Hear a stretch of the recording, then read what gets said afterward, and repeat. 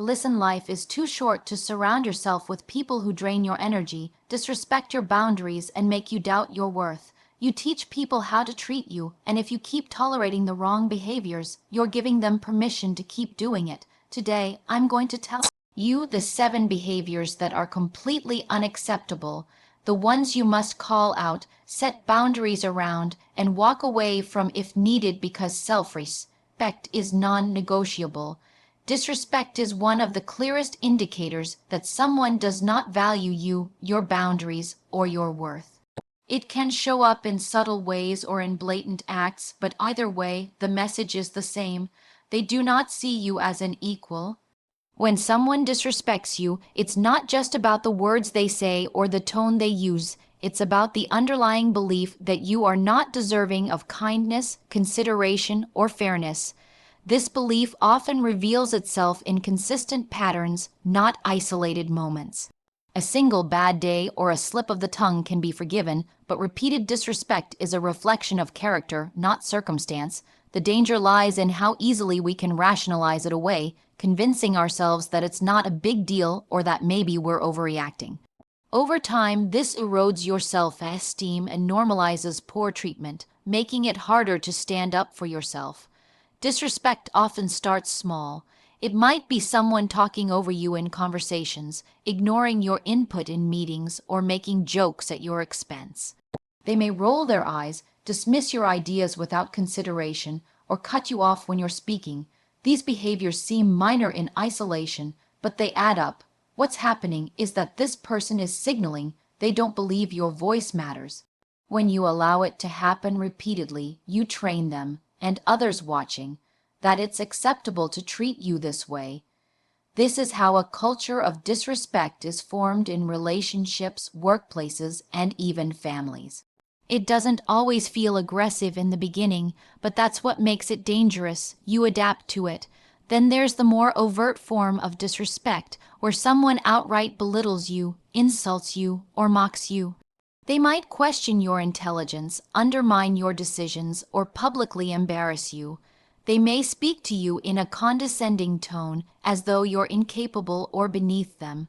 Sometimes they try to pass it off as just joking, but humor used as a weapon is still disrespect. This type of treatment is corrosive because it plants seeds of doubt. You begin to question yourself, wondering if maybe they're right, if maybe you are being too sensitive, if maybe you should just put up with it. But the reality is that no one should be made to feel small or inadequate in the presence of another person. What's important to understand is that disrespect is not always about the act itself, but about the intent and the pattern. A stranger bumping into you on the street without apologizing is rude, but it's a passing moment. A friend consistently disregarding your boundaries, mocking your values, or interrupting your life with inconsiderate behavior is a pattern, and that pattern speaks volumes about how they see you. And here's the truth: you cannot control how someone else chooses to behave, but you can control how you respond to it. You decide whether you will address it, ignore it, or remove yourself entirely from the situation. The key is to recognize disrespect early and refuse to minimize it. You have to set a clear standard for how you expect to be treated and enforce it. This is not about being confrontational, it's about self-respect. The moment you let disrespect slide, you send a signal that your boundaries are negotiable, that your dignity can be compromised, and that you are willing to sacrifice your self-worth to keep the peace. Once you understand that disrespect is not just an act but an erosion of who you are, you will no longer make excuses for it, and you will stop tolerating it in every form it takes. Manipulation is one of the most dangerous forms of mistreatment because it operates under the surface, often disguised as care, concern, or even love. Unlike direct conflict, which you can see and address, manipulation is subtle and calculated, designed to influence your thoughts, feelings, and actions without you realizing it's happening. It thrives in ambiguity, where motives are hidden and reality can be distorted just enough to make you question yourself. The manipulator's goal is control over your choices, your perceptions, and ultimately, your sense of self. It's not always loud or aggressive. More often, it's quiet, persuasive, and wrapped in language that makes you doubt your instincts. One of the most common tactics manipulators use is guilt. They know that if they can make you feel like you're letting them down, being selfish, or not caring enough, you're more likely to give in to their demands. They twist situations so that you feel responsible for their happiness, problems, or failures. You may find yourself constantly compromising your own needs to keep them satisfied, but no matter how much you give, it's never enough. This is because manipulation is not about finding mutual understanding. It's about creating a dynamic where one person always has the upper hand and the other is always chasing approval. Another method is selective truth-telling. A manipulator will often give you pieces of information that serve their agenda while withholding the full picture. By controlling what you know, they can control how you feel and what decisions you make. They might exaggerate certain details to make themselves look like the victim, or they might downplay their own actions to avoid accountability. Over time, you start to rely on their version of events rather than trusting your own judgment, which gives them even more power over you. Emotional manipulation can also take the form of playing the victim. Manipulators are skilled at turning situations around so they appear to be the ones who have been wronged, even when they are the ones causing harm. They might cry, express hurt, or act betrayed to shift the focus away from their behavior and onto your supposed wrongdoing. This not only derails any attempt to hold them accountable, but also puts you in the position of trying to comfort or defend yourself instead of addressing the real issue. Flattery can be another deceptive tool. While compliments and praise are normal in healthy relationships, a manipulator uses them strategically to lower your guard or influence your decisions. They might tell you exactly what you want to hear just before asking for something they know you wouldn't normally agree to. The sudden warmth and approval can be disarming, making it harder for you to say no. The danger of manipulation lies in its ability to erode your sense of reality because it's often so subtle you may not recognize it until you're deeply entangled. You might start to feel confused, anxious, or constantly second-guessing yourself. You may notice that your boundaries have gradually shifted, that you're accepting behaviors you never would have tolerated before, and that your life feels less like your own. This is by design. Manipulators want you off balance, because the more uncertain you are, the easier you are to control.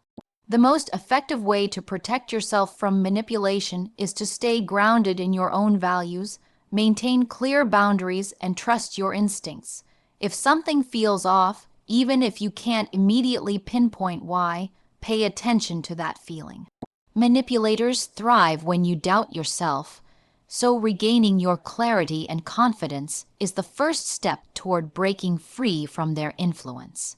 Once you can recognize the patterns and see the tactics for what they are, their power over you begins to dissolve. Broken trust changes everything in a relationship because trust is the foundation that every healthy connection is built on.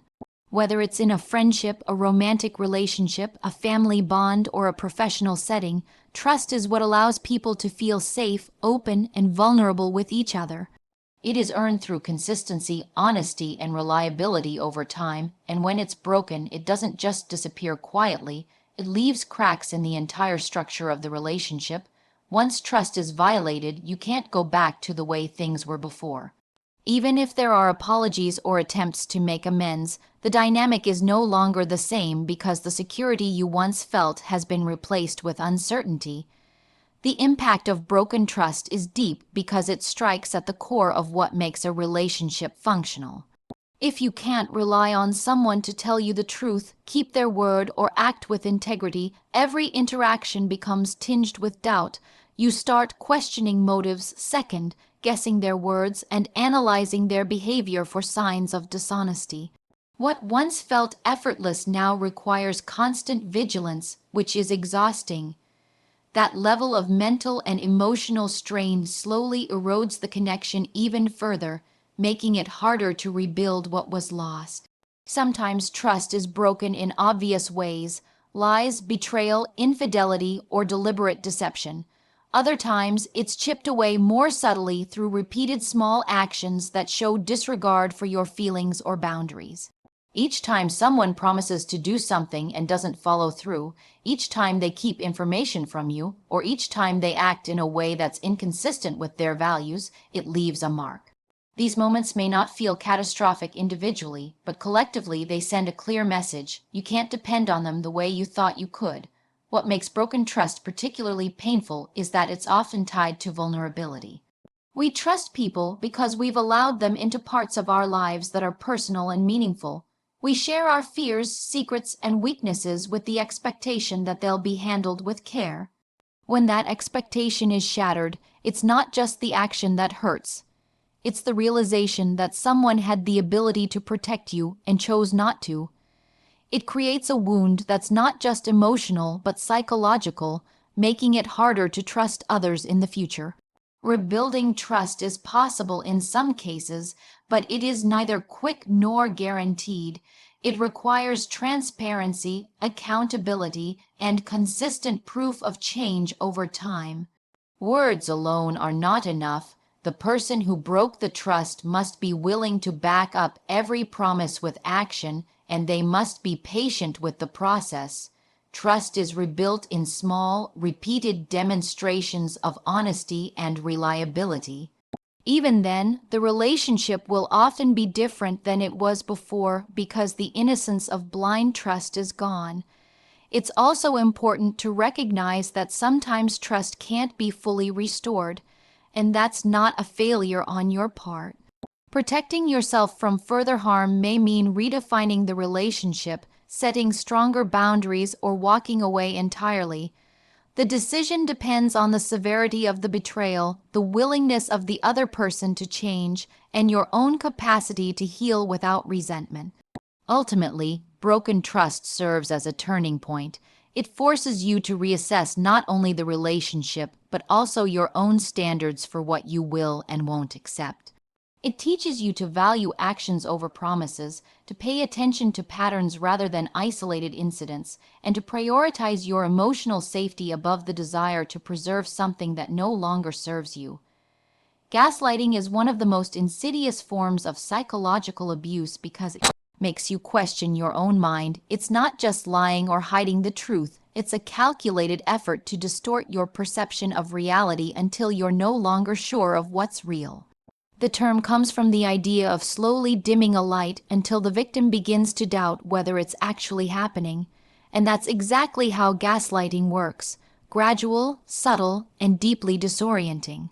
Over time, it chips away at your confidence, your memory, and your trust in yourself, leaving you dependent on the person who is manipulating you. Gaslighting can start small, with someone denying things you know to be true. They may claim they never said something you clearly remember, insist events didn't happen the way you recall, or even suggest you're imagining things altogether. At first, you might dismiss it as a misunderstanding, but when it happens repeatedly, the goal becomes clear. They want you to doubt your own judgment so they can replace it with theirs. Once you stop trusting your own perception, they gain control over how you interpret everything. A skilled gaslighter will often mix truth with lies to make their manipulation harder to detect. They might acknowledge part of what you're saying but twist details to fit their version of events. They may present themselves as calm and logical while making you seem irrational or overly emotional. This is part of the strategy. If they can make you feel unstable or unreliable, others are more likely to believe their narrative over yours. This not only isolates you from outside support, but also reinforces your reliance on the gaslighter for validation. Gaslighting often involves emotional triggers. They may use your fears, insecurities, or past mistakes against you, subtly implying that your reactions are unreasonable or that you're too sensitive. They might accuse you of overreacting, tell you you're imagining things, or suggest you need help managing your emotions.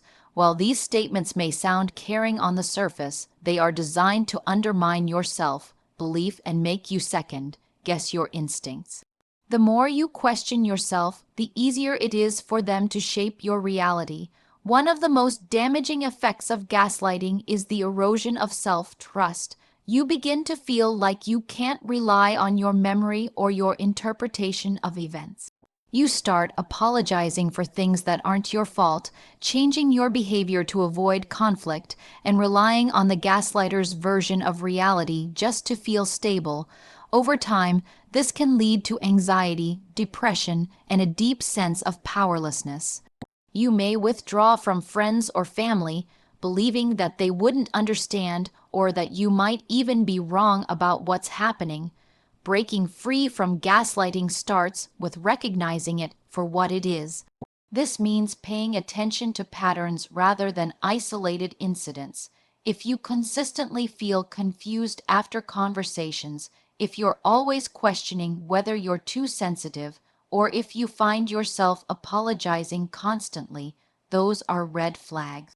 Keeping a written record of events can help anchor you in reality and counter the distorted version being fed to you. Reaching out to trusted friends, family, or professionals can also provide an outside perspective that validates your experiences and reminds you that you're not imagining things. Gaslighting thrives in silence and secrecy, which is why speaking up and setting boundaries are essential. It's not about convincing the gaslighter to change, they often won't, but about reclaiming your trust in your own mind. The most important step is to believe yourself, even when someone is working hard to make you doubt. Once you start rebuilding that self-trust, their power over you begins to dissolve, and you can begin to see their manipulation for what it truly is. Boundaries are your armor because they define the limits of what you will and will not accept in your life. They are not about building walls to keep people out, but about creating a healthy space that protects your time, energy, and well-being. Without boundaries, you leave yourself open to being drained, disrespected, or taken advantage of, because you have no clear line separating your needs from the demands of others. Strong boundaries are a form of self-respect, a declaration that you value yourself enough to protect your emotional, physical, and mental health. Many people struggle with boundaries because they fear rejection, conflict, or being seen as selfish. They worry that saying no will damage relationships or make others think less of them. This fear often leads to overcommitment, burnout, and resentment because they keep giving more than they can sustain. The truth is, people who truly value and respect you will not punish you for having boundaries. It's often the ones who benefit from you having none who will resist them the most. Learning to set and enforce boundaries is not about pushing people away.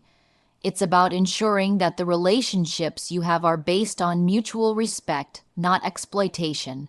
Boundaries take many forms.